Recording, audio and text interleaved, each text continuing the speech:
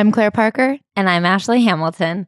And this is Celebrity Memoir Book Club, the podcast where we... Hold on, let me think. What if we said something along the lines of like, we read the book so that you don't have to? No, that sounds like I think stupid. That's like too effective. Yeah, I think that this is the podcast where we take a look back at your old favorite television shows and we explain the plot to you. Mm-hmm. No, I mean, if you can top it, I think you've been given ample opportunity. This is what I say to Mac when I can tell that he doesn't like the way I'm like cleaning something or cutting something. I go, if you think you know a better way to do it, by all means you can. But if you don't want to do it, I'll do it. I'll do it the way I'm doing it right now. The podcast where we take a look at Hollywood's blondes and we say, okay, well, what if we translate this into something people can understand? I actually think that this was an incredibly understandable book. I don't think that this pressed on any part of you in any way. Not you individually, like the reader. Dude, I thought a lot about it. Yesterday when we met up and you're like, I'm obsessed. I was like, maybe I haven't gotten there yet. And then I was like, oh, no. That's the beauty of having a 2-person podcast is we have different perspectives and we get to bring it to the table. I love her so much. We're dazzled by different things. Maybe because once upon a time I was a blonde, so I feel less mystified by the experience. I'm so charmed by Jennie Garth. She, to me, feels like what would happen if Tori Spelling wasn't crazy. I do believe her. This is one of those books where I was like, well, we went as deep as you've gone. Yeah. Maybe deeper. And I feel like she is someone who's sitting here having lived her dream life, but it didn't work out the way she thought it would. And she's digging as fast as she can, going, how much deeper do I have to go? Where's the answer? Where's the answer?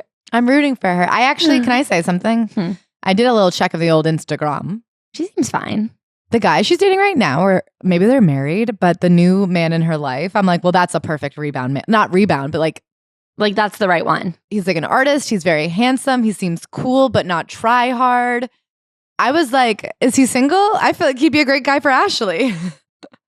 What if I spent this entire podcast talking about how much I love Jennie Garth and then I just stole her boyfriend? All's fair in love and war. I love you because I am you. I want to be you. Yeah. You know me. If you put them on Instagram, they're up for grabs. Instagrabs, I call it. Yeah, that's so true.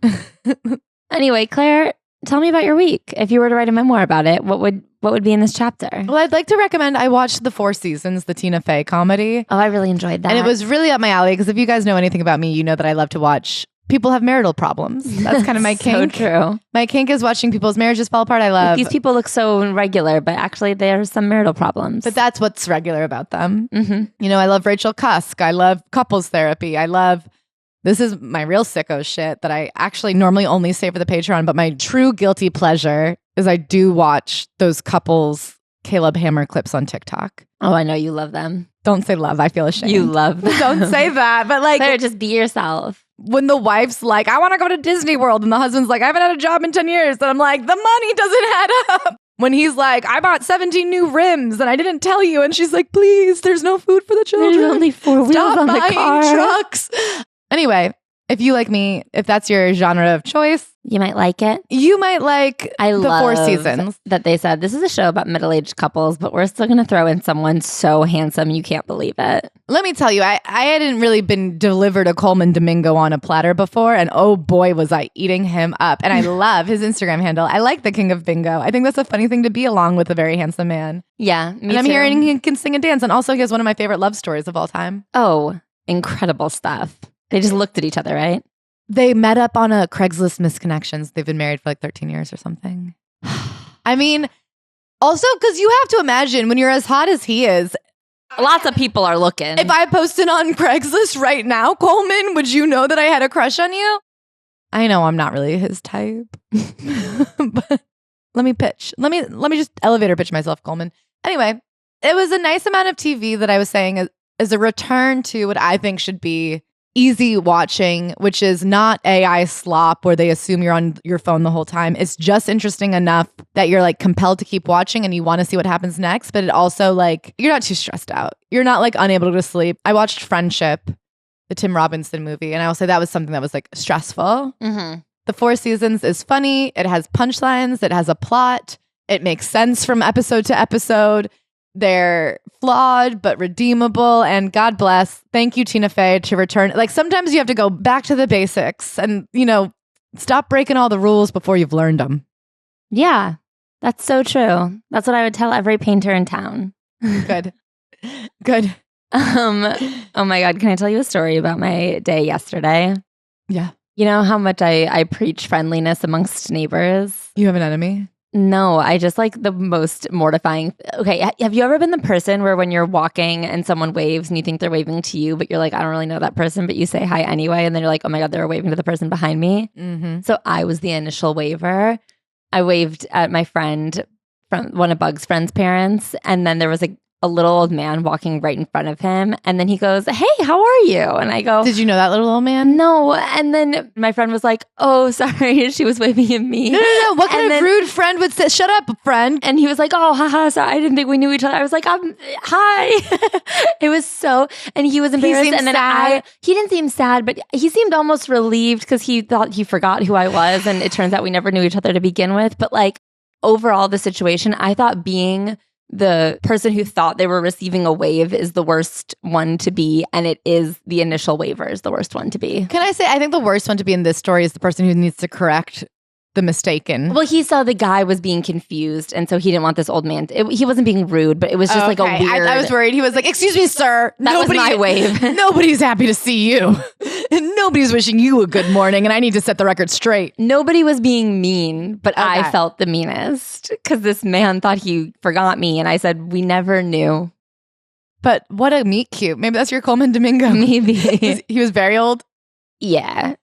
Yeah. Well, maybe he owns property in New York, and that's another beautiful story. That's so All's true. fair in love, war, and New York real estate. And he's probably still on Craigslist. He's probably still on like newspaper classified ads. Yeah, he's in the classifieds. Well, he's looking for a wife or heir. Maybe I'll put something out there. Yeah, put some feelers. That happens all the time, I think. There's like a real like waving and to whom epidemic. No, I think the second part, my part, where people buddy up with end-of-lifers and then swoop in for the will. Because Heartbreakers, the movie. Yeah, or even just like, I feel like, so many people neglect their parents for whatever reason. Maybe they deserve it. Maybe they're old farts and they deserve it because they won't start farting. But whoever sits there and sniffs all the farts, they go, maybe I could have a little something. I guess that's a consideration that me and Bug will think about should things take a turn. I don't think Bug could be manipulative. I think me and Bug have the same problem. I think where Bug is deeply manipulative. Yeah, but much like me, I think she can't execute a long-term plan. No, that's so true. She's deeply impulsive and she's forgetful. You know what I mean? Like she could be manipulative until she sees something better. And then she's like, oh, sorry, this whole thing was a ruse. Oh my God, the way Bug, one time it was raining and Bug didn't want to go outside. So she started limping. And then I said, let's go home. She started sprinting towards home. And I was like, oh, I guess you feel all better. You're lucky she didn't take after her Aunt Claire and get into puking as a way out of things. Can I say I think about that all the time because I actually think it's something she would take if she knew about it. If I could explain it to her, she'd be like, that's so smart. The way she like curls her body when she's upset. I'm like, if you could puke on command, you would have done it just now. Do you remember when Bug was a little baby one time in your old apartment and we were still recording there? And I remember she had a squeaky toy and she was squeaking it while we were recording. So I got up. I know this. And I know you were there. And I took the squeaky from it and I put it up on a high shelf. She walked into the middle of the room, looked me dead in the eye, and just peed. She's never done anything like that since, but I remember being like, oh my God, Bug, I didn't know you had it in you. She did it one other time. Why? What did you take from her? I brought her to our old studio and she didn't want to go, and I had to take a meeting from there. And so we were at the old studio and I was on a business call and you were at home, like on Zoom, and she just stood in the middle of the room and peed. And I had to just like leave it there unacknowledged until the call ended because I didn't want to be on the call being like, sorry, my dog's pissed, I'm talking to you. So she just peed herself. Oh, she's pissed. She's going to explain it. All right. So today we are doing Deep Thoughts from a Hollywood Blonde. God, she's so earnest. Can I say this book falls into the category of, well, I was so famous once, I guess I'll write a book. You know what's funny? This book falls into the category of, well, I just got divorced. And I don't mean to say, I feel like there's people who are on their high horse. And I'm going to recall a moment from my own hometown there was a parent in my town who thought her son was like the best kid in town. And then in like 8th grade, he got arrested for smoking weed or something. And she was so upset by it that she then proceeded to call every parent in the class and let them know, like, by the way, your kid's probably smoking weed, because if my child could get arrested for this, then definitely your child's doing it.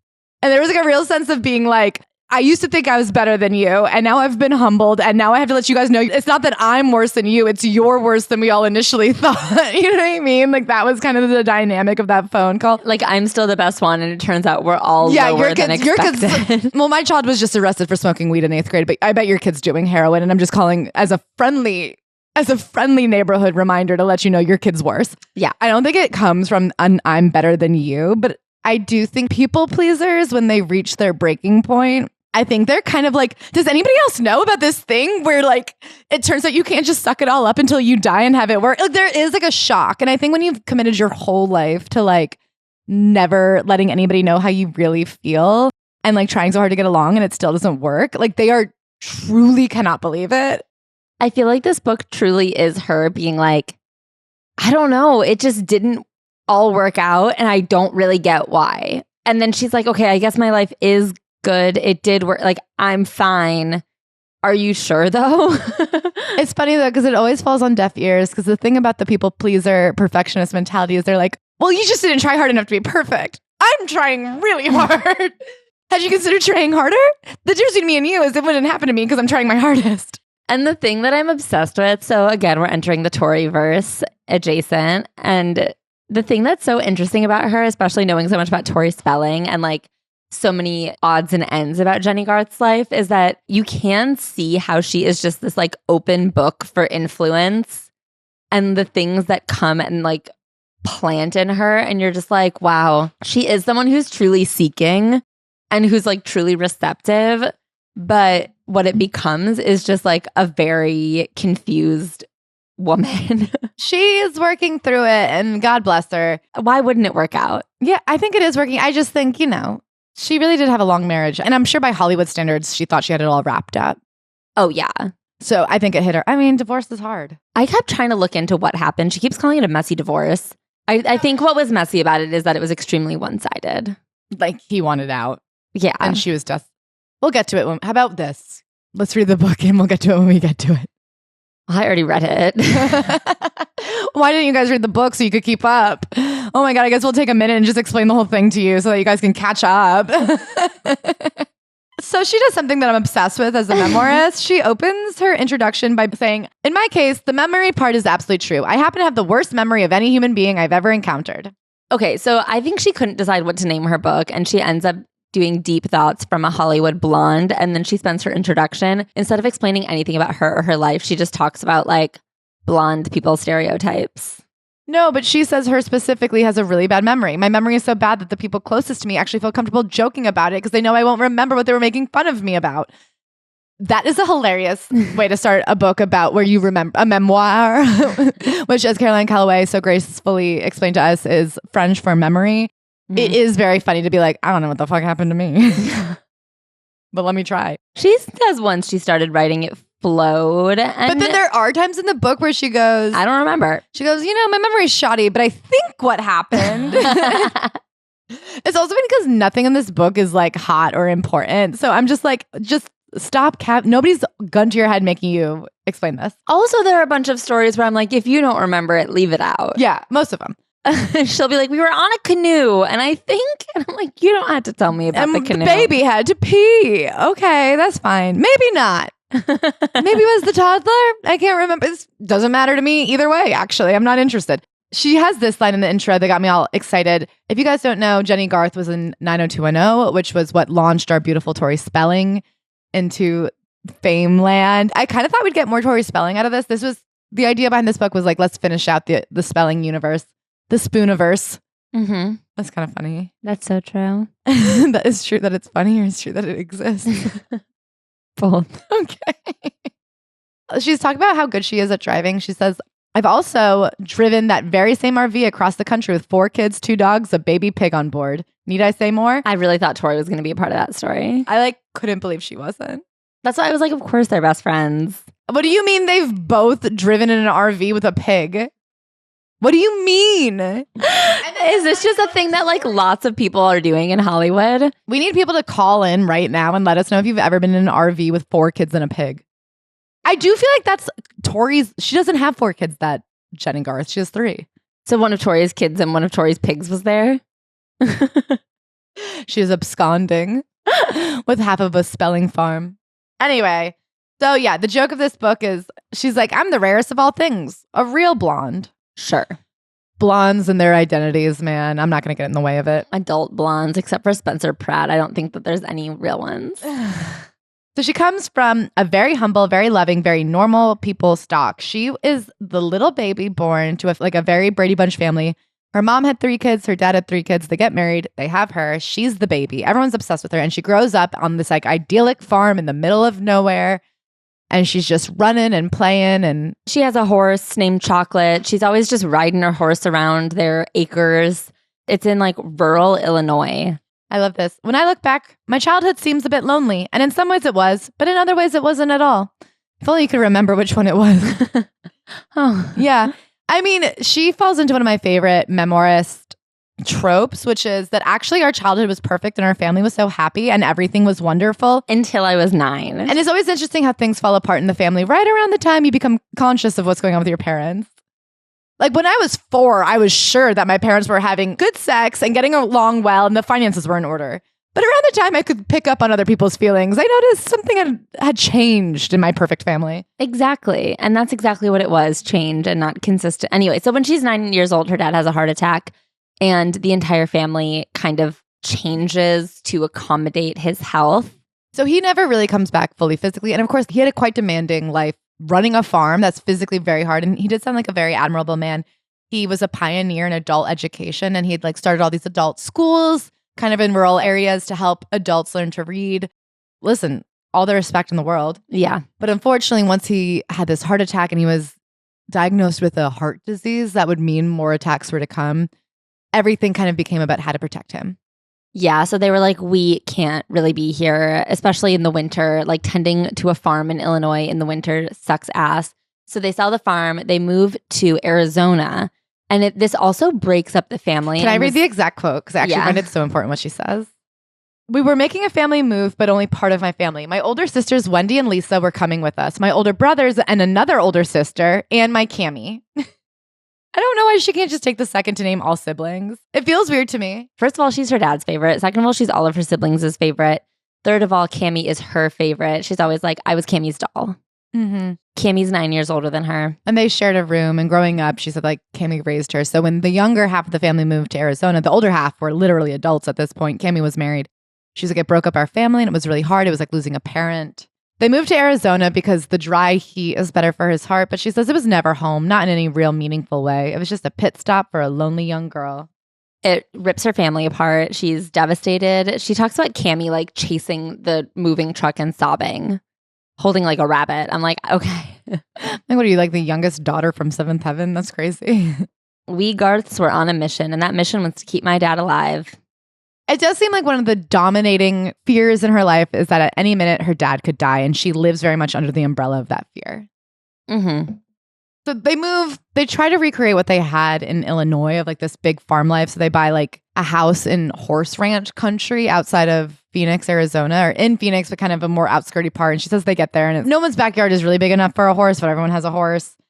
She calls it the big bad city where nobody was safe. And I was like, I'd hardly say horse country in Phoenix, Arizona is the big bad. It's just I'm like, okay. Well, it's just a big bad thing happens to her. Yes. So she's out riding her horse one day. And again, there isn't really room. Like it's not like her farm where she had acres of land. There were just horse trails where you could kind of walk around on a horse along the roads and on a couple little trails. And one day she's on a trail with her horse and a man exposes himself to her. He comes out from behind a tree. She gallops home as fast as she can and never rides her horse again. That's so sad. I'm sorry for her too that her parents didn't seem to pick up on that she had lost this thing that she loved. Yeah. Like it seems so sad to lose something that's so important to you. Yeah. So she's in school in Arizona. She never feels like she fits in. She does become a cheerleader, but she feels like everyone's bullying her. The most popular girl who comes from the wrong side of the tracks calls her stuck up, and it seems to catch on. Okay, so something really interesting about Jennie is that she And I know her most from What I Like About You, where she's very bumbling and like, oh, me.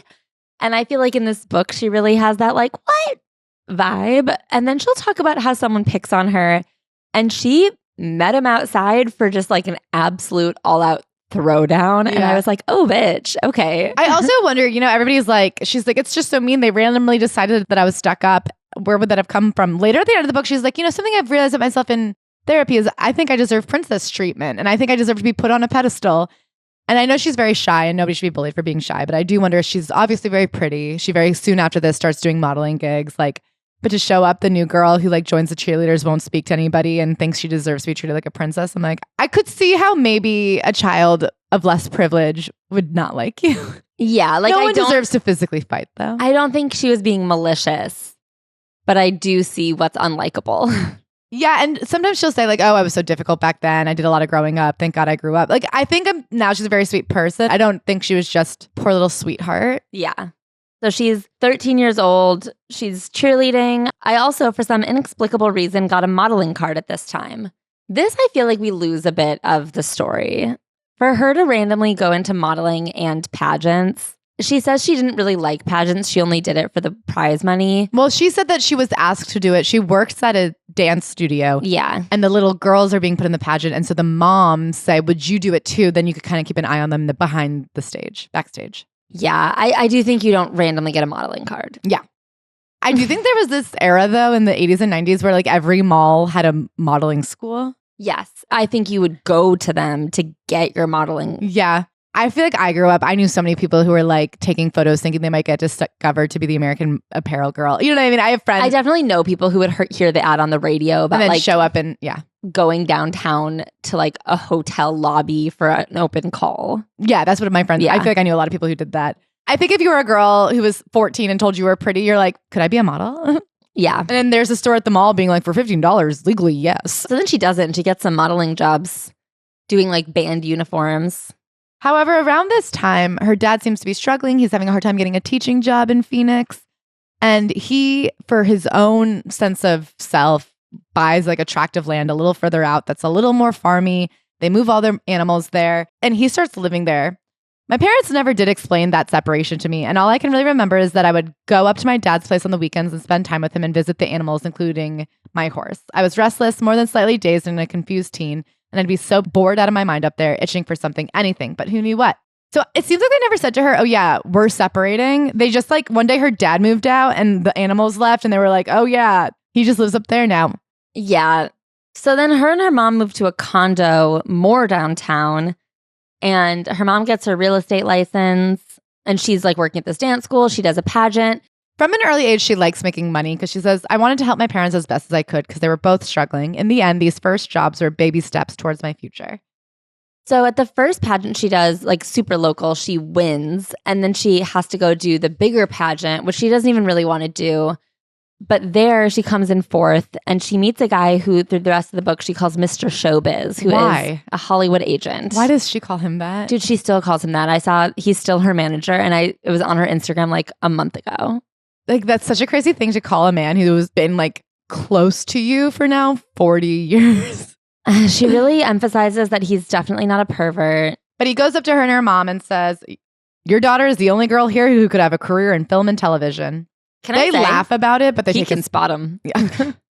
They laugh about it, but they take his phone number. And she goes home and she's kind of like, really?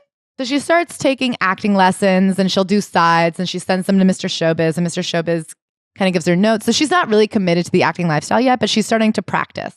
And then one day she talks to her mom. She's just not liking school. No one's really nice to her. She doesn't really have friends.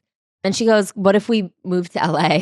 And her mom goes, okay, we'll do it for a year. I have enough savings that we could do 1 year. Yeah, we'll go do 1 year. She says they spend 1 year there trying to make it work. She gets there immediately and gets her GED by just going downtown and filling out a form. I guess she must have taken a test.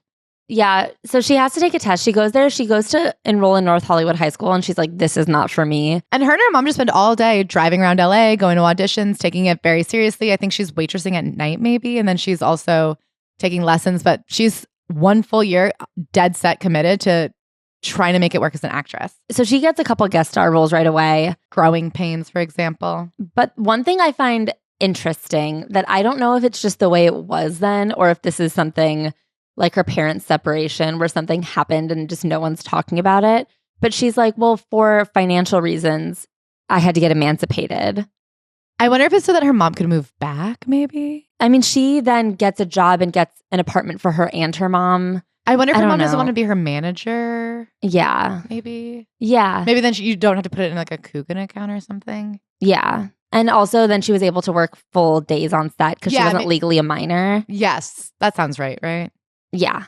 It's just very interesting that she was like, you know what? I'm 16 years old. I was now a working actor, and because of this, I needed to file for legal emancipation so I could work a full day, collect a grown-up paycheck, and pay my grown-up taxes. So I filed for emancipation. So I guess it does have to do with like how much you're legally allowed to work a day. And I wonder if it's the union rate is different for children than adults. Maybe. Anyway, so she's now an emancipated GED holding SAG member. She's been here for a few months, and with just a few months under her belt, she gets an audition for the role of a lifetime. Okay, then she has this little interlude chapter where she talks about going to Switzerland, which is what she calls it when she just fully dissociates during a meeting. She says that whole year, she's like, I can't believe I got any jobs because Hollywood's so now. And sometimes in the middle of the meeting, I go to Switzerland. And she goes, I don't really know what Switzerland looks like. In my head, I was just imagining an all white room with all white furniture, but no windows and no doors. And I would just kind of take a minute there. My mind would simply drift off to this magical land. And when it did, I would feel awash in a deep sense of calm. I loved it there. And then her manager would be like, hey, get back. And she'd say, sorry, I was just in Switzerland. And she goes, I haven't been in a couple years, but I miss it. Okay. I kind of miss the 80s and 90s when there were no therapists. Everyone just like had cute little names. Everyone just goes, anyway, sometimes I mentally leave my body for minutes, hours at a time. At very important junctures when I'm being asked questions.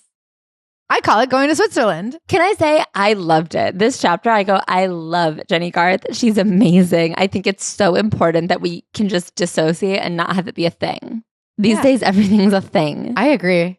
You know what? She was dissociating here, there, everywhere. It didn't matter. She's more successful than any of us. Like, why Stop not? blaming your dissociative behavior on why you can't be successful. It only helped her seem cool. So then she hears about 90210. She wants to audition, and they said no.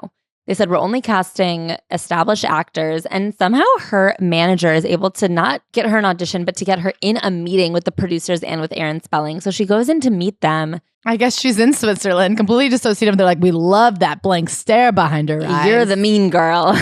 And they cast her. She is rumored to be the first person they officially cast for the show. As she's leaving the building, Tori Spelling goes to the windows and gives her 2 thumbs up. That's crazy. It launches, 90210 launches on the Fox network in the fall of 1990 when I was 18. It's so interesting. The show was not very popular its first season. And instead of saying, well, then let's make a new show, they tried. They tried something. And guess what? It works when you try. It works when you try something. They made a special half season for the summertime, which was like not very common then to do these little summer seasons. And they had it like, instead of being in the high school, they were like, what do high school kids do in the summertime? And they did this little mini season of summertime in Beverly Hills. And Perry got hired for just the brief arc to be like the bad boy new in town.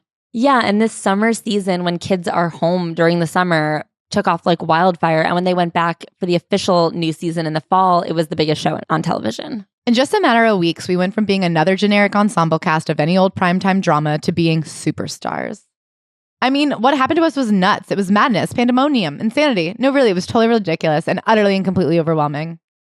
She's like, we were on the cover of everything. I would go to these events and thousands of people would show up and it would be called a riot and make national news. She just couldn't believe what was happening. And it was before social media, so there wasn't really a way to like see the fandom grow. Just suddenly in physical, real life person, you'd be like, oh, thousands of people are obsessed with me. Okay. And so then they had to have extra security where they filmed in Van Nuys because people would show up because they were obsessed with these people. And she was like, it was so crazy because our set was not nice. It was like an old shitty warehouse. And then people would be trying to get us there. So then we had so much security there. And so we were very isolated in that space. And then she would like go home to her apartment and just be completely alone. And she was afraid to go to the grocery store and she was afraid to go do anything because she would get mobbed every time she walked out of her house. And it led to this like really bizarre thing where she was either surrounded by hundreds of people at a time, the cast, the crew, the security, the everyone, or nobody. Yeah, her mom went back home to take care of the dad. And She says, I think it's fair to say that landing such a plum role pretty much right out the gate didn't help me grow up in some crucial ways. It's taken me a long time to really look at how that experience shaped me and how it affected the way I conduct myself in my relationships and consequently what I expect from the people around me. I went from being a really lonely girl to being taken care of in this weird over-the-top way. It was trippy. It was traumatizing. That is trippy and traumatizing. So then she gets into the 90210 of it all. Her and Shannon Doherty notoriously had a feud. And she's like, now we're really good friends. We were crazy then. Yeah, she kind of makes us sound like frenemies. You know what I mean? Like sometimes I liked her and sometimes we fought like cats and dogs. At one point they did go outside and almost physically fight each other. She's like, well, Shannon kept trying to lift up my skirt and she finally did the whole cast on my butt. I'm like, well, why the fuck did Shannon do that? That's crazy. Yeah. Because then she's like, I understand now. Shannon was always just trying to insert herself as a strong woman to be taken seriously as an actress. And I'm like, why'd she show your butt to people? Now she seems like such a sweetheart. So she's writing it from the tone of a sweetie and being like, well, I threw a lot of tantrums. I guess at one point there was a premiere where everyone wanted to wear this one red dress. And I guess she like just threw a fit until she got to wear the red dress. Yeah. And then they both got to wear it. So then now you've lost the whole point of having one red dress. Yeah. She also talks about how she started out number 3 on the call sheet and then moved up to number 2, I guess, when Shannon quit, and then number 1 ultimately. Despite the fact that the number on the call sheet was not a ranking of talent or popularity or importance to the show, I have to say that once I became number 1, things did seem to lean a bit more favorably in my direction. Isn't it definitively yes, a level your of importance on the show? Yeah, okay. Yeah. The star is number 1, and then like your number is equated to how important you are on the show. Okay. And then talk about Shannon. It goes, and then one day without warning, she was gone. There was no goodbye, no nothing. One day she just wasn't on the call sheet. So her and Tori were good friends. She talks about how Tori was the peacemaker between her and Shannon, always trying to make sure everything was good. And then when Shannon left and Tiffany Amber Thiessen joined, Tori again became this like weird middle ground peacemaker. And I guess at some point, Jennie Garth finally was like, oh, we shouldn't do that again. We should all be friends. She's so funny because she says something like, because I didn't want any more 3-person drama when Tiffany joined, I iced her out completely. And she's like, and then I realized that actually it'd be fine if we all just got along. Like, yeah, that sounds very undramatic to be like deeply cold to the new girl. She really admits to icing people a lot, like sometimes on purpose and sometimes on accident. She says, I became known as a trooper by the producers, a professional. This choice put me at odds with some of my fellow cast members and even kind of felt like drawing a line in the sand sometimes. Imagine being like, I was just so professional that everyone hated me. She says she loved her fellow castmates. There's not one of them who I wouldn't drop everything for in a heartbeat. There's not one among them that I wouldn't be happy to see. Well, maybe there is just one, if I'm being honest. But who? Yeah, because she says her and Shannon are better friends than ever now. So then she has a whole chapter about how hot all the boys were. And guess what? If you grew up thinking all the boys on 90210 were hot, you were right. So what was I to do with all these luscious men around me? Of course, we flirted with one another constantly. Flirt, flirt, flirt, flirt like there was no tomorrow. So they were banging. She claims maybe no. not her. She claims no. Well, Tori was. I think just not her because she got married like immediately. She's like, what's the deal with me and Luke? We just love each other platonically. Okay. I'm glad I waited for the book. I'm glad I waited for the tell-all. She does the classic young Hollywood thing of buying and selling houses like they're fucking potato chips. She's also like, I guess everyone told me I should just get a housekeeper, so I did. And she's like, guess what? It was so nice. And now to this day, she works for me. She's like her best friends. She's like, all my best friends work for me. How lucky am I? I went from being a high school senior in Arizona to being an established television actress in Hollywood in just 3 short years. My life really did go from 0 to 60 when 90210 broke out. It seemed like I had it all from the outside. Financial security, a great job, a sweet new boyfriend, and a great family. Yeah, and I guess you'd be right. But sometimes that's not enough. But sometimes you want more. Sure, I had a great boyfriend and a great housekeeper. But what I needed was a great assistant. She gets one. So then she goes, I got an assistant and she really jumped into helping renovate my house and plan my wedding. I know what you're thinking. My wedding? Yeah, I got married when I was 22. And I go, to whom? To Dan.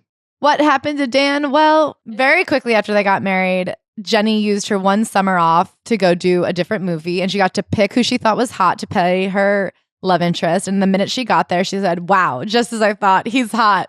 And she goes, there were sparks like I'd never felt before. So I called my husband at home and said, wedding's off. Divorce is on. They were married fully. Yeah. The wedding that already happened, it's off. Reverse Uno. Remember how much we loved the paperwork? More paperwork. Divorce.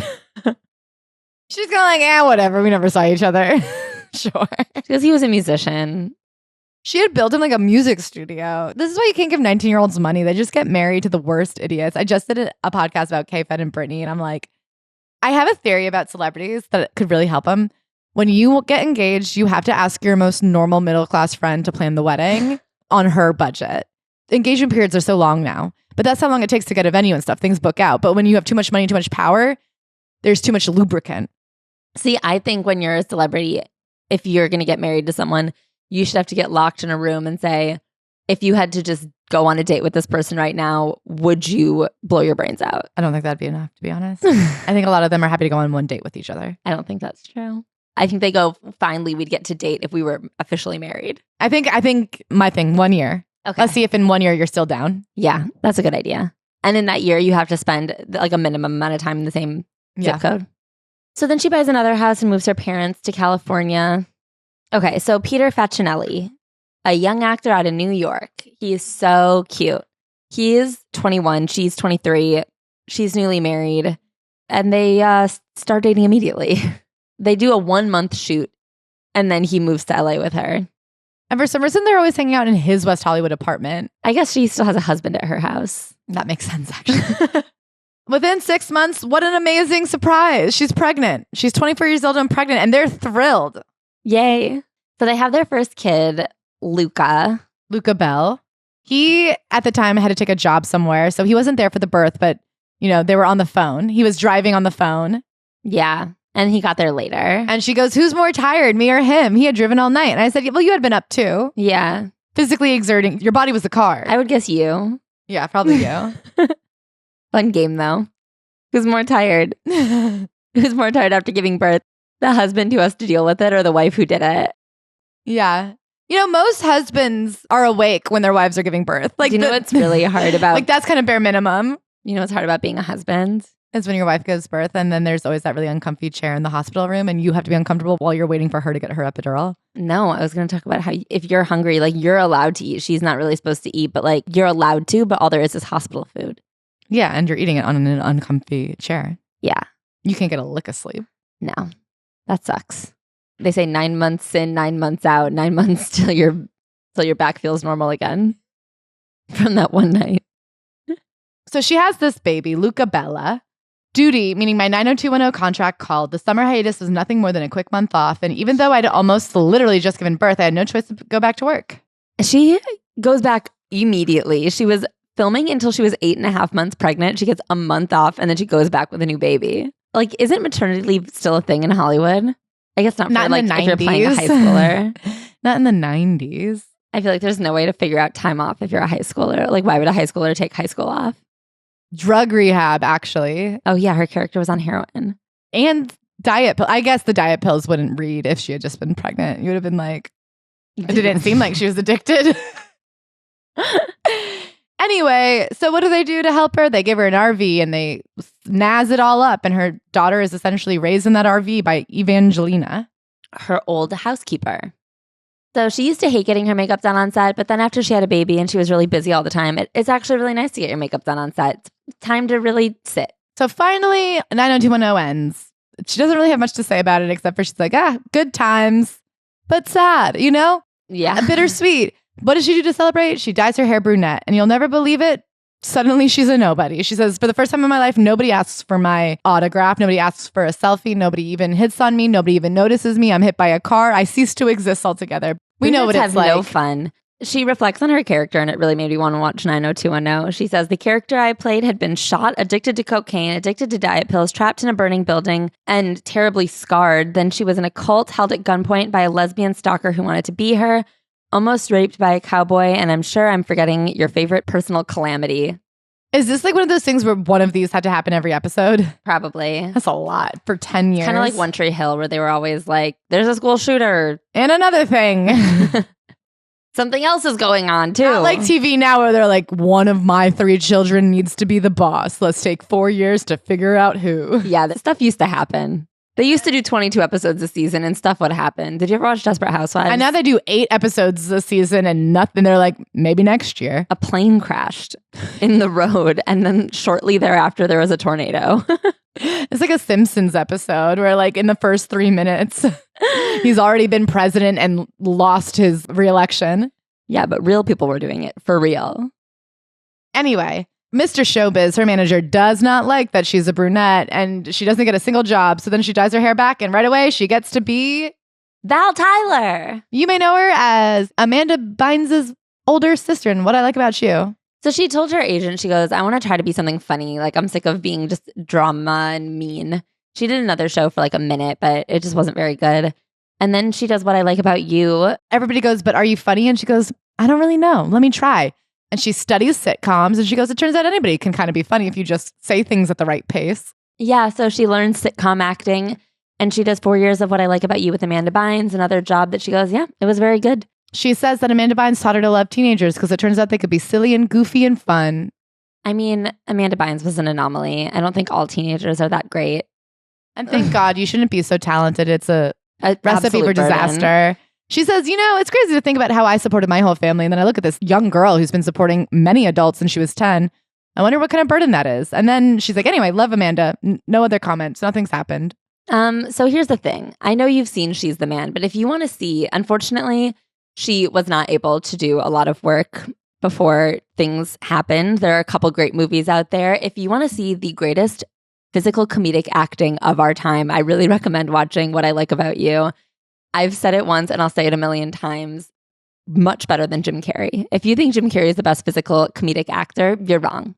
It's Amanda Bynes. It broke her body. You can't noodle around like that and live to tell the tale. So she had a baby at the first season and right after the show wrapped, after 4 seasons, she got pregnant right again. So that makes 3. Yeah. There's nothing really to say about it except for she's like, how crazy. My daughter was there too.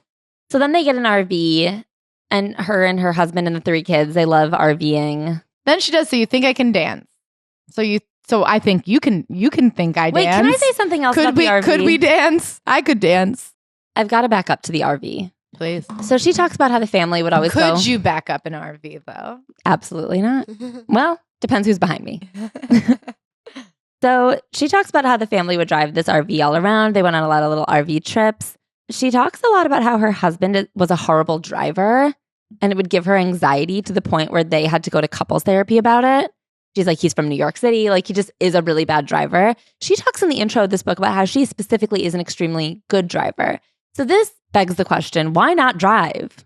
Princess treatment. I can't speak on it because I've never really even been in a car. She goes, with the help of a few shrinks. Except for a Nissan Murano. With the help of a few shrinks and the realization that his goofy, slightly dangerous driving humor was actually good for me, I learned to mostly let go and let him have his way behind the wheel. I feel like we've completely lost the plot about like which things are important to fix and address. If someone is like bad at driving an RV, they shouldn't. I wonder, is he bad or is it like she's just a backseat driver? Seems like he's bad at it. But he's never got into an accident or anything. Okay, well then I guess they're fine. I guess they're all fine. I guess it doesn't really matter because they divorced and they sold the RV and the family's dead. I guess they should have gone to couples therapy for something else. Yeah, like if you could use one wish to fix anything. Okay, so she does Dancing with the Stars. It's so fun. She's with Derek Hughes' first season. She makes it all the way to the 4th and she gets real fit in the meantime. And she's so proud of herself because she's a shy gal. I have to tell you, I want to do Dancing with the Stars so bad. Maybe you and Sheena can do it. Should I make my own? Should I make like a TikTok with the stars? Maybe Noah Beck could teach us how to do that little bunny thing. TikTok dances. Yeah. I would like to learn how to do that. And Jimmy Kimmel could be the host. I really think something that will embarrass me is how bad I am at dancing, even if I practice hard. I think it would be surprising to people how much I don't pick up on it. I just want to feel my body move. I just want to spin. Yeah, let's try it. I also thought this isn't us. Well, are we going to do Dancing with the Stars? Maybe. So just after Dancing with the Stars, she's high as a kite. Life couldn't get better. And then suddenly her daughter Lola gets sick. Turns out she has something called Still's disease. But she gets cured, so it's fine. But then her dad dies. Unfortunately, she knows he's about to die, but she decides to go to Legoland anyway. With her kids. And then when she's down there, she gets the phone call that he's kind of taking a turn, and she drives as fast as she can up there and misses him by 12 minutes. That's very hard. So she really hits rock bottom after she loses her father. It's very hard for her. Something shifted then for me. Some place of mistrust and distrust broke open, and it caused me to turn inward, to close myself off, even from the people I loved best. This, I was to learn, is what grief can do. I couldn't shake the feeling of being alone in the midst of all that bounty. I still wasn't able to break the shock of losing my father. So she had bought her parents this place in the St. Inez Valley, is that right? I think so. Or the Santa Inez Valley? It's like somewhere... Saint sounds wrong. That's not right. Yeah. Santa Inez Valley. It's like 2 hours north of LA. And so then she decides to buy a little plot of land nearby for her and her family, because she's always wanted to give her kids the gifts she had growing up of like living on a farm with animals and space and privacy. So she moves up there. And I think part of it is also to help her relationship, because she feels her husband's traveling a lot for work and stuff. I wonder if she notices the parallels of when two people separate and they don't even mention it, just one moves to a farm. Do you think she notices she did exactly what her dad did? Because it sounds like they're separating, but she's not calling it that. She and the daughters are moving to the farm while her husband works across America as an actor. Anyway, so she goes up there and she pitches it to CMT, or to a bunch of TV shows. And CMT ends up buying it, called A Little Bit Country. And it's supposed to be this kind of reality TV show about her experience fixing up this eco home for her family and doing all the demo and stuff. And sure enough, her husband comes back home from work one day and says, I want a divorce. Yeah. And she's like, but what about the TV show we just sold together? Well, Mr. Showbiz goes, why don't you just do it by yourself? So on the TV show, she's like breaking the news that they're separated.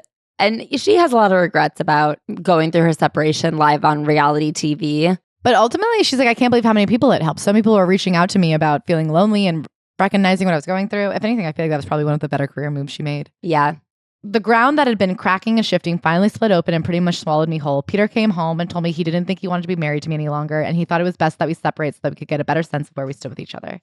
So I think they're separated for about 2 years before they divorced in 2012, which means 2010 was the separation. And 2008 is when the first Twilight movie came out.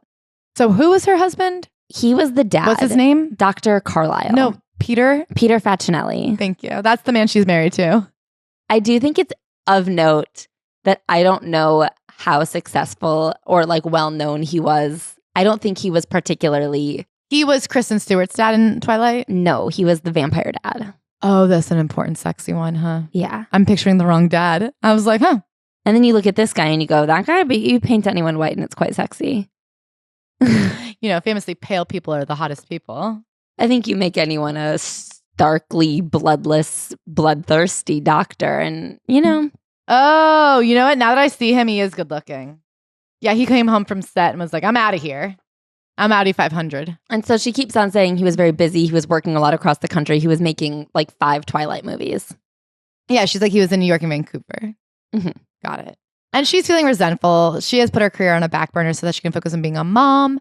And it seems his career has never been higher. She just doesn't really mention it that hard.